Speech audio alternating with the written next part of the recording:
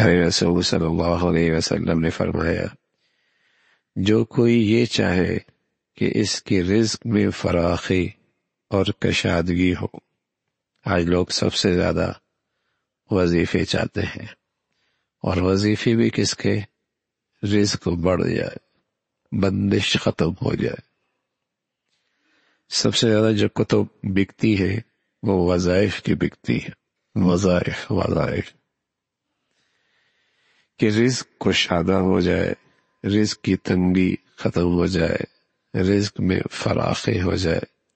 تو اللہ کے نبی نے اور اللہ کا نبی کا علم اللہ کا دیا ہوا ہے، جس میں ذرہ برابر بھی تجربے کا دخل کوئی نہیں. وہاں یقین ہی یقین ہے، وہاں شک کوئی نہیں ہے. اس کا تعلق تجربے سے نہیں ہے، اس کا تعلق اللہ کے علم اور اللہ کی قدرت سے ہے، کہ جو کہا ہے اس کا ہونا یقینی ہے.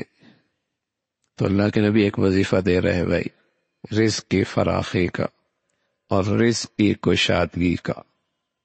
رزق کی فراخی کا اور رزق کی کشادگی کا. میں عرض کر رہا ہوں یہ کسی پیر فقیر کا دیا ہوا نہیں ہے، یہ اللہ کے رسول کا بتایا ہوا ہے. اور اللہ کا رسول وہ بتاتے ہیں جو انہیں اللہ کہتے ہیں، اور اللہ کے کہہ کے پیچھے اللہ کی قدرت اور طاقت بھی ہوتی ہے کہ جب وہ کرنا چاہیں تو ساری دنیا کے عامل مل جائیں تب بھی بندش نہیں کر سکتے، نہ کرنا چاہے تو ساری دنیا کے بندش ختم کرنا چاہیں تب بھی نہیں کوئی کھلوا سکتا.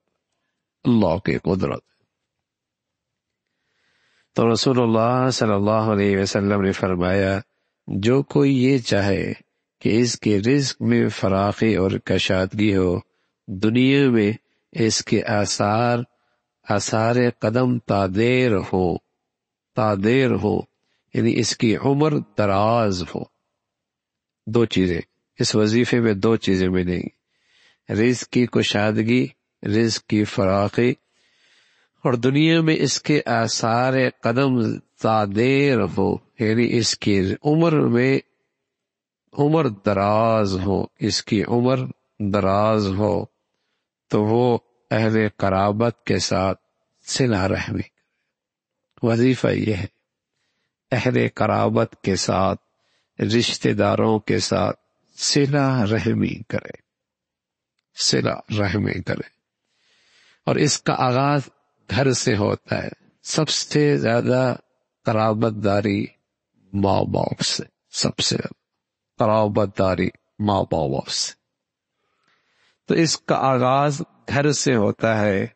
جو یہ چاہتا ہے کہ اس کا رزق کشادہ ہو جائے، اس کا رزق فراخ ہو جائے اور اس کی عمر دراز ہو جائے، تو رسول اللہ صلی اللہ علیہ وسلم نے وظیفہ کیا بتایا؟